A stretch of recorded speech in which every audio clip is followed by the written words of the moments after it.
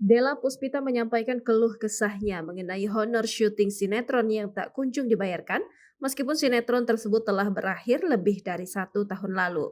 Della, begitu sapaan akrabnya, merasa lelah karena harus terus-menerus menagih pembayaran dari pihak rumah produksi yang pernah bekerja sama dengannya.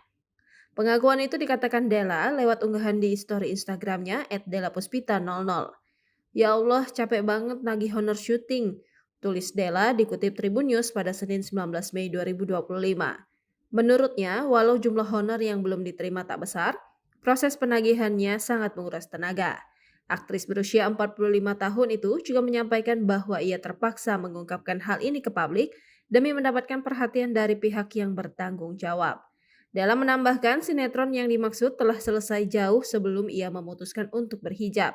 Menandakan betapa lama pembayaran tersebut tertunda, ia juga mengkritisi praktik yang menurutnya kerap terjadi di industri sinetron, di mana aktor dan aktris merasa dirugikan saat menagih hak mereka. Della menegaskan bahwa pekerja seni tidak hanya bermodalkan bakat dan kemampuan, melainkan juga mengeluarkan dana pribadi selama proses syuting berlangsung.